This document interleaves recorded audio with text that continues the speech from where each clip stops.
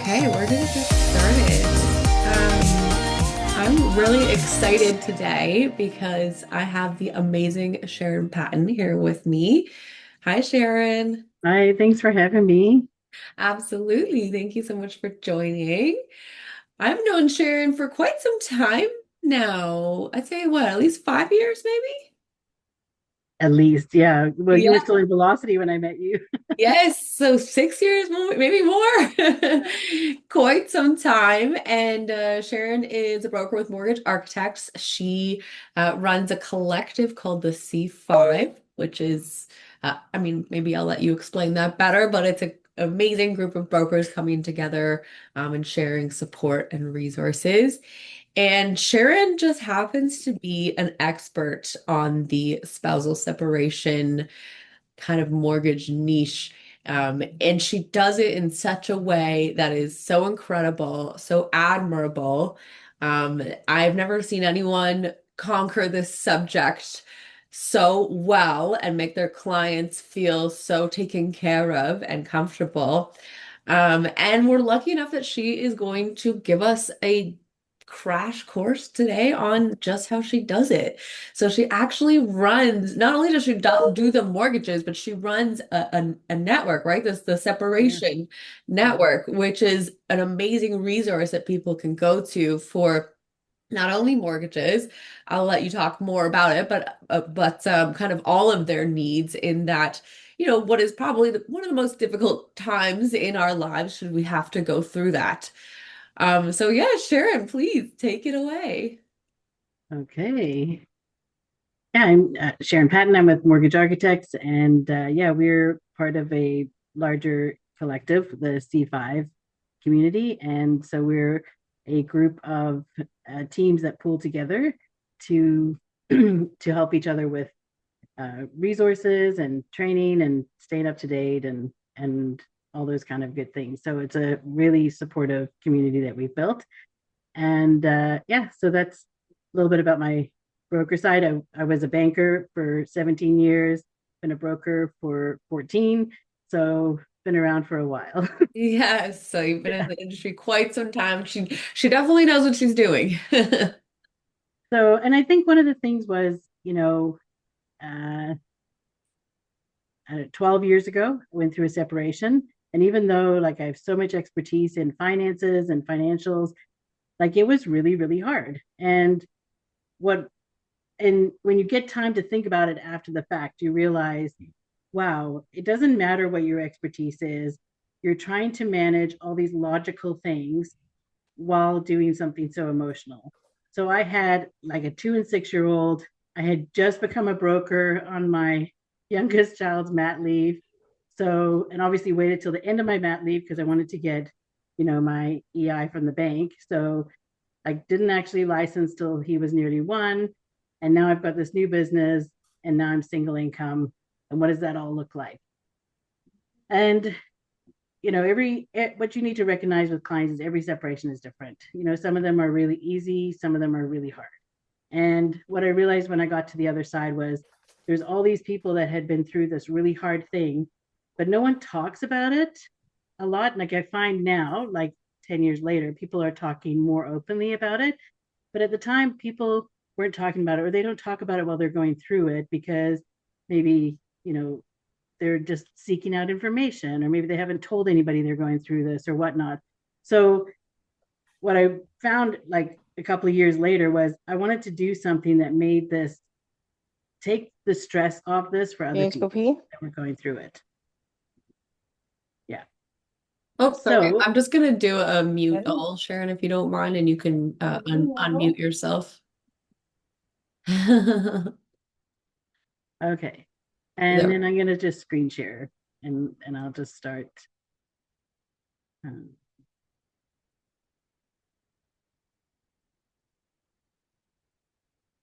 all right. Can you all see this?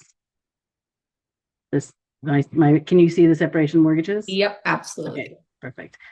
Um, so and then I dubbed it the journey no one expects to take because we teach people how to retire. We teach people how to save for post secondary and how to get there.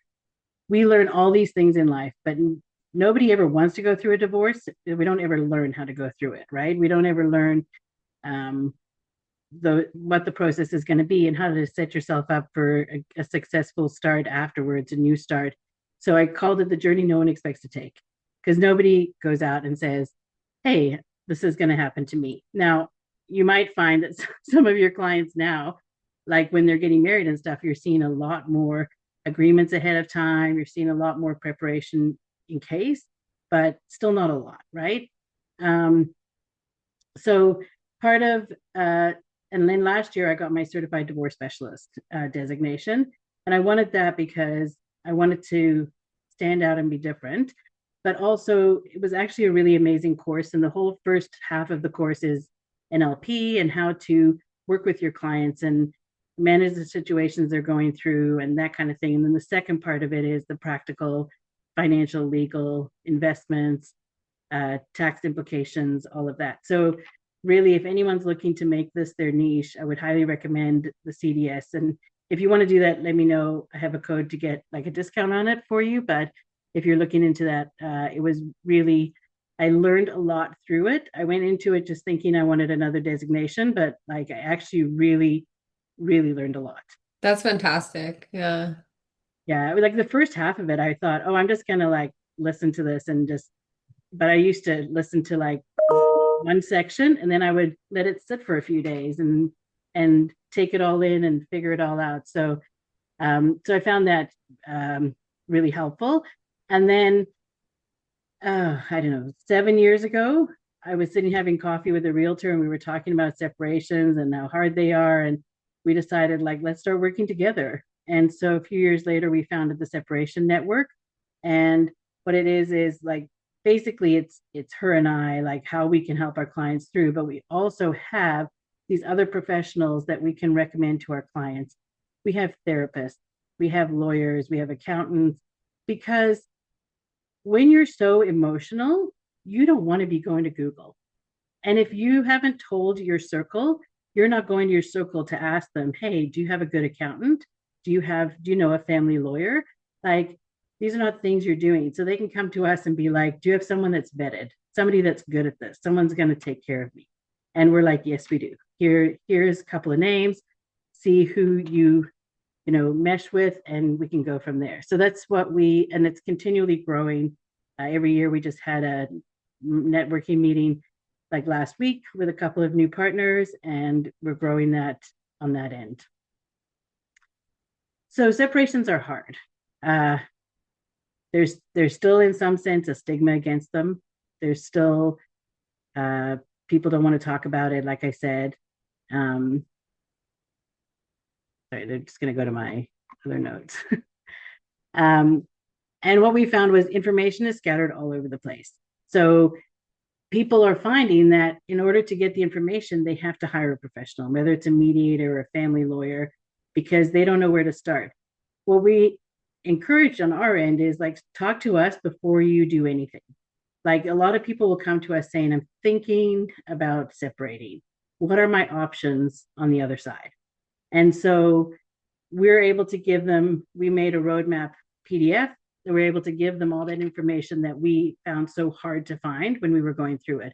So uh, equalization worksheets, child support calculators, checklists, what is important to you? What are you willing to give up?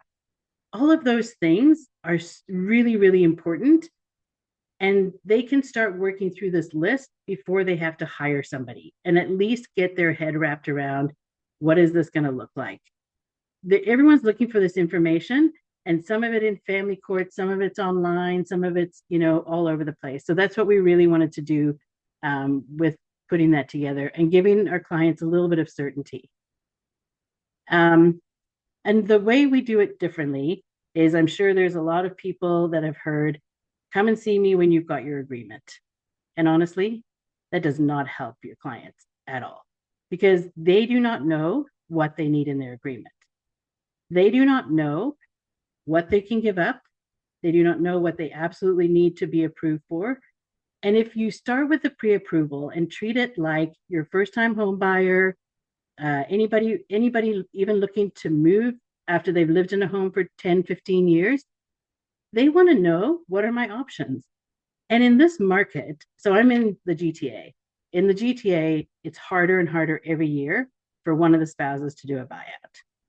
It's harder and harder for people when they split to go both into a detached family home. Because even if they've paid their mortgage off and they've got a $1.5 million house, they're walking away with about 650, 700 after fees, and they want to get into a 1.2, they're still going to be sitting with a six or $700,000 mortgage. So for a lot of people, that after picture is different. That after picture is it a townhouse? Is it a semi? Is it a condo? And people need time to wrap their head around what that next step is going to look like. They need that time to say, okay, you know what? We're becoming a little bit more European here too, right? We have way more families living in townhouses, condominiums, things like that. What do you want for your next life? So I live in a condo townhouse. I love it. They are mowing my lawn right now. I am not mowing my lawn on the weekend. This fits my lifestyle perfectly. I've got two kids, one in rep sports, one in university. I do not have time to maintain a home. So your client also needs to look at, what does that look like afterward? Are you somebody who does really want the detached home because you do love staycations? You love hosting people. Is that important to you? Or are you never home at night like me? Like lock the door at 5 o'clock, we're gone. We're on the road. So it gives them time to look around about what their options are, and then to maybe start, checking out House Sigma and what do those properties look like? How do I stay in my school district? All of that. The second part of that is, there's things in your separation agreement that you could be told you have to live 10 kilometers from each other. Maybe you can't afford that. Maybe you can't afford to stay in the same district you're in. Maybe you can't afford the same lifestyle that maybe your ex-spouse can, right? Even though there's equalization and whatnot, there's still monthly income. And so you don't want your client to sign an agreement that says they have to live within 10 kilometers of their spouse when they can't afford to. If they know that going in, they can say, I can't afford to stay in Mississauga. I need to move to Stony Creek. And therefore, this now becomes another discussion piece in the pie. Or maybe it becomes, I'm going to rent because my kids are nearly finished high school, and then I'm going to go and buy my home after that, whatever that looks like. So they need to know this information ahead of time to know what they put in their agreement. Because I'm sure you've all had a handful of clients who come to you saying, I spent thousands of dollars, I fought for it, I get to keep the house, and you do the application and you're like, but you can't. You can't afford to. So now you're back at the lawyers redoing this agreement because now the home needs to be sold. Everyone's devastated. It's just an awful situation, right? If we help them out ahead of time, they never get to that point. If we tell them to come and see us when they've got their agreement done, it may not have in it what they need, or they may have put stuff in there that they actually can't meet the qualifications for. And in this market, it's really hard. Maybe in smaller markets they can, but in the GTA, I'm sure the GVA is the same. Like, it's really, really hard to split that house up. The other thing I do is I send them away to do a budget. You're going from a dual income household, and for most people, they're going from a dual income household. Sometimes it's a single income, but you're now going into a single income household. So it doesn't matter what I can approve you for. Please go and do your budget and tell me what fits in your budget. Because I don't want you to be house poor. I don't want you to be living beyond your means. I want you to be happy. I want this to be a good move for you. So go and look at all those expenses and tell me what you think is a comfortable mortgage payment for you. Because now expenses you used to split are going to be all on you. And you need to put that in your budget. The other thing is, we may not know doing a pre-approval what spousal or child support looks like. So it is a bit of a moving target. So we start with, what if you get 50-50 from the assets? What is, the government calculator on child support. What do you think you're going to be getting for spousal? Because spousal is a moving target. So I always ask them, what do you think you would get for spousal? And then as they start the discussion pieces with the family lawyer or the mediator, they can come back and say, it's gonna be this for child support, it's gonna be this for spousal. Or the other thing is, if you've got a client who's got to pay both, maybe the recommendation that you give them is you might want to do a lump sum spousal, because very few people are going to be able to qualify with a child support payment and a spousal support payment. So maybe they need to look at, do they do all of that spousal in a lump sum? Do they do some of it in a lump sum and some of it as a payment? So all these things affect both sides, right? And sometimes we work with both sides, and sometimes they just want the best for the other person. But the lump sum spousal is, we're seeing a lot of that now to help people with qualification. And if you don't do the pre-approval, you don't know that upfront. So the budget, and then talking to them about, maybe they haven't been a homeowner for a long time, and maybe there's not enough equity coming out for 20% down payment. But now they requalify as first-time home buyers. They can go to 30 years. They can do 95% financing. Here's where I would caution you is talk to each insurer individually, because they all have slightly different rules around this. So some of them will not allow you to roll in debt. Some of them will. Some of them need like a purchase and sale agreement. Some of them don't. So if you're doing the high ratio, I would really encourage you to really delve into each insurer's qualification, like what their policies are around that. But they can also take their 60,000 out of RSPs and go back on the first-time home buyer for that.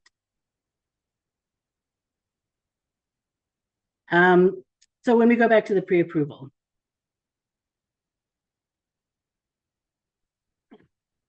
so I'm a visual learner, and I really like to see things laid out in front of me. So I put together a couple of templates that I fill out for my clients. And like, if they come to me right at the beginning, we haven't really, talked to a lawyer or anything yet, what does it kind of look like? Okay, let's do a scenario where you get 50% of the house. And here's what it looks like. You sell for 9, mortgage is 4, this is the buyout. Sorry, this is the buyout number. So I want to buy out my spouse from the house. Okay, so the house is worth 9, mortgage is 4, estimated equity is 485. You're going to have to pay 242. So can you afford a mortgage of $660,000? So right there, this simple calculation tells your client right up front, what does it look like moving forward? Is this even a possibility? If it's not, then it's like, okay, what does it look like if you sell? And now you've got to put in the real estate commission, HST. It's going to be different, I know, in every province. So this is Ontario. Estimated legal fees, any unsecured debts that need paid out. And then maybe they come out of this with 200,000. And then calculating closing costs on the new property. So you have about 185 to put down on new property. That new property now maybe looks like 700, right? Carrying a mortgage, taking some money out of RSPs and carrying a mortgage of about 485, I can afford a payment around $2,500. But what this does is this gives your clients a plan. And when they have a plan and they see what the future looks like, it really reduces the stress level for everyone involved.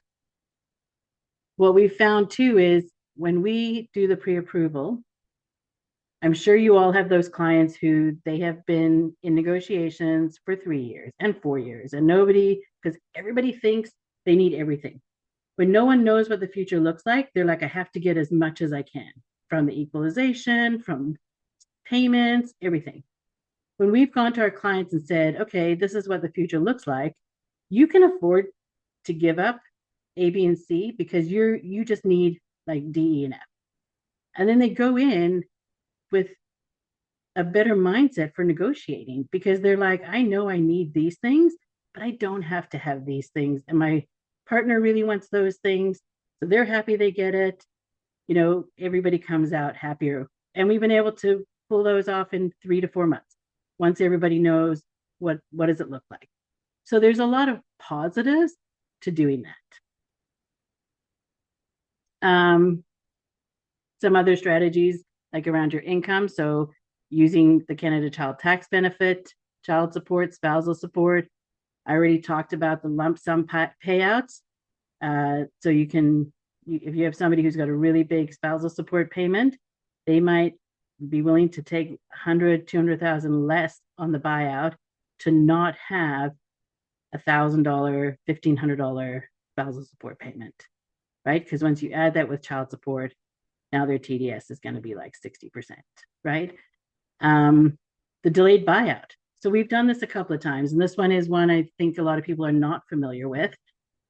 Clients who have maybe kids in high school, and we don't want to disrupt their high school. We don't want to move, but we want to live separate and apart. Okay, so we do the whole separation agreement. They agree that in 4 years' time, the youngest is going to have graduated high school. Then they will take their buyout. And the banks will agree to this. All you have to do is ask them, what does that clause need to say for your wording in the separation agreement? They'll give you the wording and you put that in there.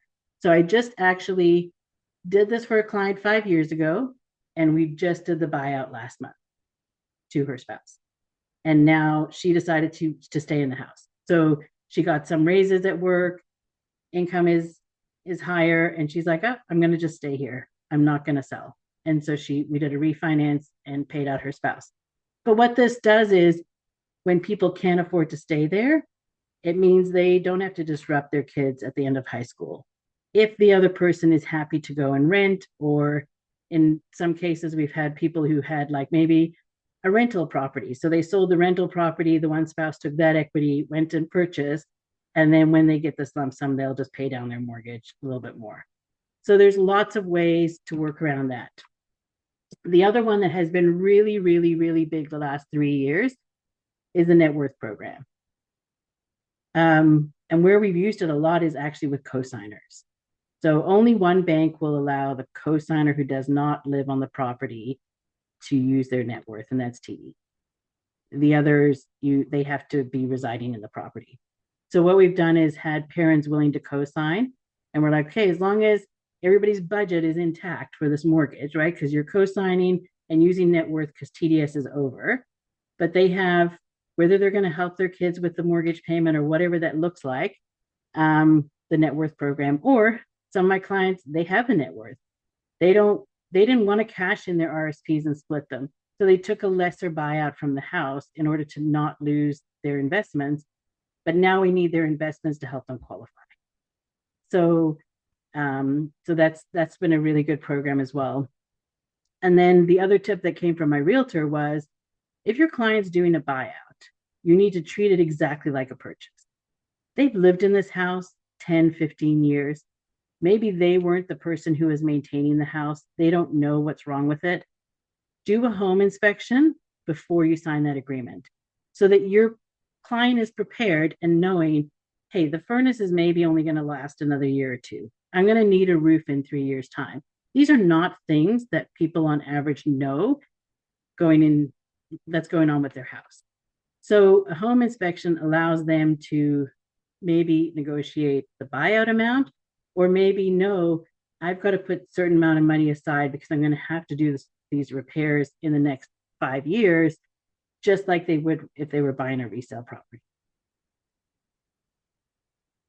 Did anyone have any questions or anything so far?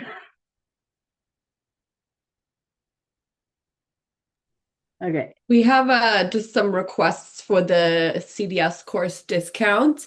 Guys, I've just put Sharon's email in the chat, so if you'd like to receive that, please reach out to her. Perfect. Thank you. And then I'll just talk to you a little bit about like, so if you're building a niche, like how are you building that niche? So the way we decided to do it was through the separation network. And this is just a couple of sample pages from it. Like, where will you call home? Like the options. Are you going to buy out? Are you going to buy another property? Are you going to rent? Like they're all viable options, right? Getting organized, giving them a list of what documentation you're going to need, the income documents, like investment documents, all of that, all the things that they can start putting together when they have time. So maybe putting together lists like that for your clients and saying, hey, like, here's some homework you can do like ahead of time, right? In building that niche. Uh, oh, I went really fast. So, final thought. So the bad news. If there's bad news, like they can't afford to stay in the house they're used to, give it to them early. People need time to work around this. Like they need to change their mindset. They need to figure out what they're going to do.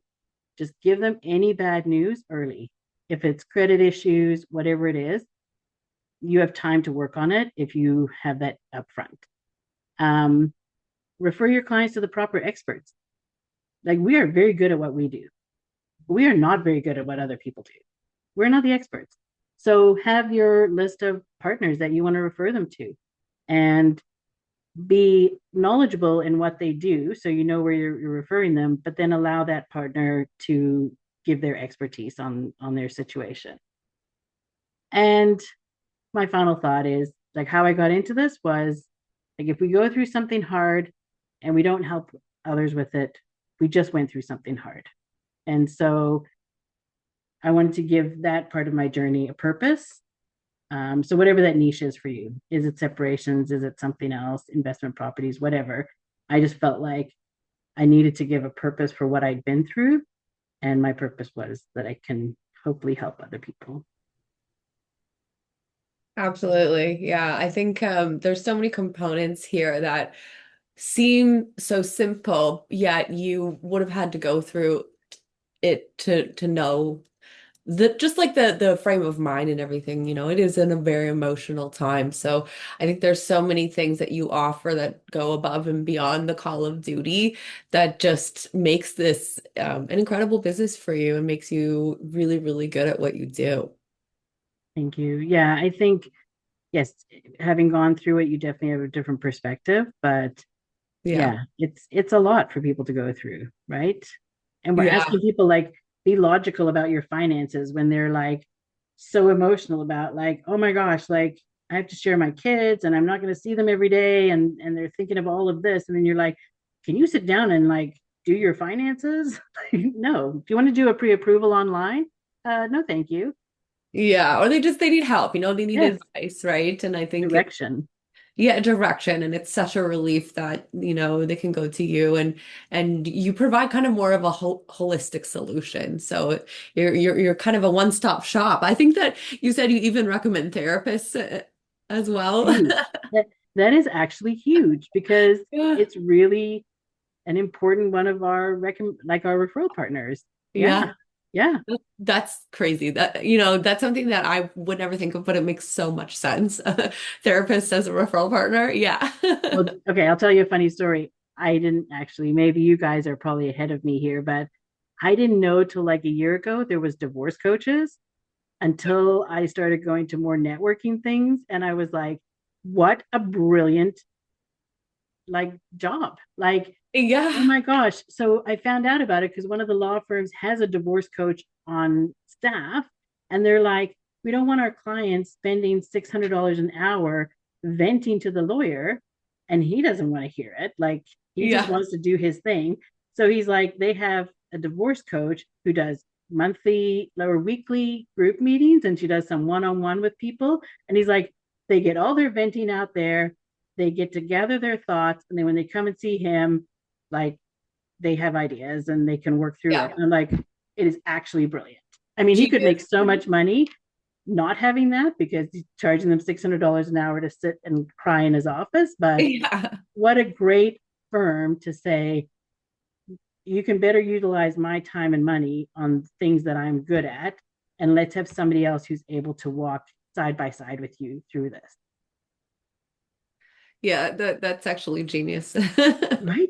It Yeah. But makes it, anyway, yeah, it's such a unique niche, but it's not rocket science, right? And you've kind of no, figured out all the elements that it takes to just come together and give people a really good experience in the toughest time of their lives. So, I think good for you. You've obviously helped so many people, and so many people are grateful to you and your business. And you've really, in the meantime, like built yourself an amazing empire that's gonna last and stand the test of time. Yeah. I just think like we're always learning, we're always changing it. Like now we have divorce coach referral partners that we didn't have a year ago, Yeah. right? Like it's always in evolving. But I think your mindset is I'm here to help my client, that's the bottom line, then all these other things will flow in and improve your process, your business, whatnot, because you're open-minded about that and you're always looking for how can I help clients, and then you're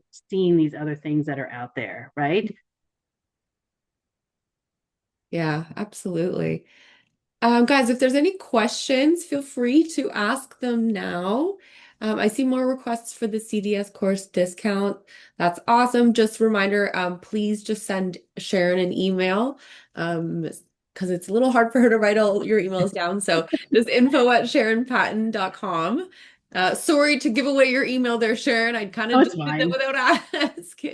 no, it's great. Yeah, no, after like I did another call for a brokerage, and it was really nice to chat with some people who really wanted Oh, to that's great. specialize in this. And Yes. so, yeah, and the course is just really, really informative too. Yeah. Oh, we have a question. Are you only in Ontario, Sharon? Well, I can do other provinces. Like we have an agent on our team who's licensed everywhere. The thing is, and the thing that I'm cautious with whenever I work out of my province is different rules. Like there's very different rules in Alberta, like around dower rights and all of this. So I'm Mm, hesitant to do anything complicated outside my province because I really feel like there's experts in that province who know what they're doing. And I don't know all the rules in the other provinces, right? Like we have a separation agreement. As soon as that's signed, that's legal. Like that's it. You don't actually ever have to go and file for divorce. You can't get remarried in Ontario unless you file for divorce, but you could just be separated your whole life. That's your legal document. But I know that's not the case in every province. Some provinces you aren't uh, it's not a legal document until you're actually divorced. And here you can't get divorced for a year after separation is done. And so for those reasons, I tend to not go outside Ontario. yeah, no, makes sense. You don't know the provincial regulations and the ins and outs of how it works. Yeah. We have a We've got question. great partners, like great broker partners across the country, right? That you can refer those people Yeah, to. Yeah. yeah, yeah. Do you know anything about the organization that runs the CDS designation? Yeah. It started in the States. So it only, like, I looked at this years ago and I was like, oh, I don't want to get this designation. It's a US designation, right? They came to Canada, I think 18 months ago, because I jumped on one of the first courses that they did. Because as soon as I saw they came to Canada, I was like, okay, they're Canadian. And so I've seen the growth through it. Like they've just finished putting together all the Canadian for the second part for the legals. And when I took it, it was a lot of like US information still in the course. Now it's all Canadian. So they've only been in Canada for about 18 months. There's not actually a lot of us licensed, like under 50 maybe. So Really? Wow. it's a really nice group. They have like a monthly Zoom meeting. You have to get CE credits to keep your designation. So the easiest way is to go on the monthly Zoom, and they always have a guest speaker, always super informative. So yeah, it's pretty new to Canada. Um, but yeah, I think all that stuff, like learning every month from, we just had an accountant on, he was talking about like different things for the CRA that like we would not know, right? Hmm. So it was a really good session to get information from other professionals. Yeah, because I never even heard of it, to be honest. But I think that the fact that we do have that now is great, and it kind of sets you apart, right? And Yeah. how long did it take you to do the actual course? I think it says it's like 13 hours. Hmm. But again, the beginning, the NLP stuff, I'm really into I love that stuff. So I really took my time with the first half of the course. The second half of the course, I just put on earbuds and listened to it when I walked or whatever. Is there an And exam at the end or? yeah, but it's kind of like our mortgage courses. Yeah, it's like doing the broker course. Yeah. You have questions all the way along, and then there's like a final after section one and a final after section two, but it's Well, not. that's great. I think anyone looking to get into this niche, like that's a really good place to start, right? Well, and unfortunately, it's growing. Like so many of our lawyers don't have capacity for more clients right now, and it's like I think people made it. They stayed together in COVID. They're just not making it through inflation, right? It's just this is breaking everybody. And unfortunately, like it's the hard time to separate because now everything is so expensive, but they just are like, we've made it through the last 5 years and we're not doing this anymore. And it is, there's a lot right now, unfortunately, and I think a lot of gray divorce. A lot of people who like their kids are grown, their kids are starting their own families, and they're like, I'm going to go live my life or I'm not doing this anymore. Right. And home Yeah. equity talks a lot about the gray divorce and reverse mortgages. Oh, yeah. Yeah. I mean, it is a good that that it is a rising field, but in a sense, because at least we're going about it with some education and guidance, right? Yeah. Yeah. Like I people think don't we're doing a better job of it across the to board. get Right. divorced, so Yes. Well, that's it. People are they're gonna get divorced or separated, and like let's help them do that in the best way possible, right? yeah, exactly, the most supported way possible, And right?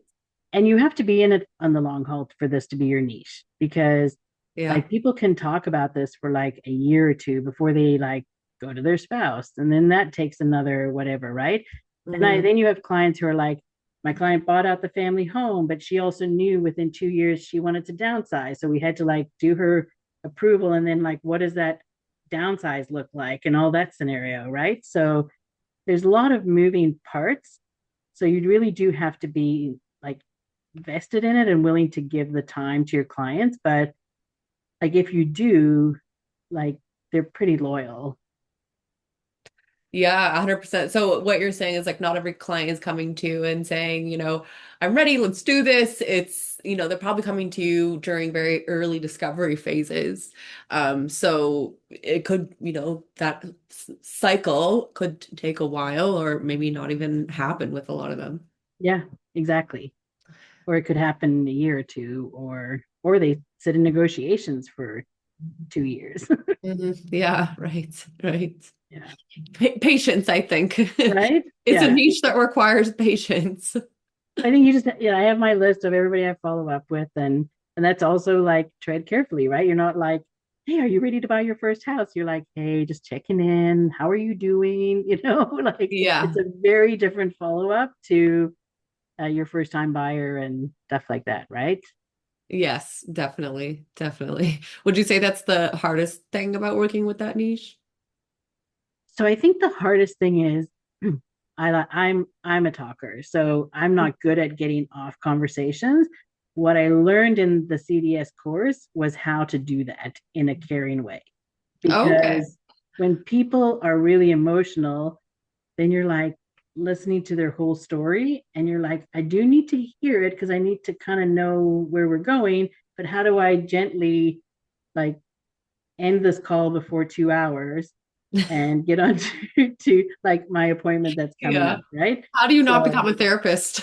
right. So I think you are part therapist, but yeah, what I learned, and I want to go back and listen to the beginning of it again because now it's been over a year, and I'm like, I need a refresher because I'm Mm. slipping back into my old habits of just letting them talk and vent, and I need to be able to. They teach you how to manage that conversation so that your client's able to tell you what's going on, they're able to vent to you, but you're also able to like keep it going in the right direction. Yeah. Yeah, because I think there's a bit of a fine line, right? Wanting to be sensitive and hear them Yeah. out, but also it is a business. Yeah. And So if you were at a therapist, they'd be charging you per hour. yeah, I mean, that's where it's good to have a therapist number in your back pocket and say, hey, I have somebody really great that Right. you should talk to. I know we've been talking for an hour, but here's somebody else that would really love to talk to you. That's great. Well, this was fantastic, Sharon. Thank you so much for sharing your Oh, knowledge on thanks this for having topic. We me. really appreciate it. Yeah, it's not, I think, talked about enough, how much of a, niche market that it is, and just how much kind of sensitivity and support that it is owed. So, we really appreciate you taking that on and sharing with us. Thank you. And thank you for having me on. And honestly, if anyone has any questions, I'm just happy to chat. So shoot me an email. I don't mind at all.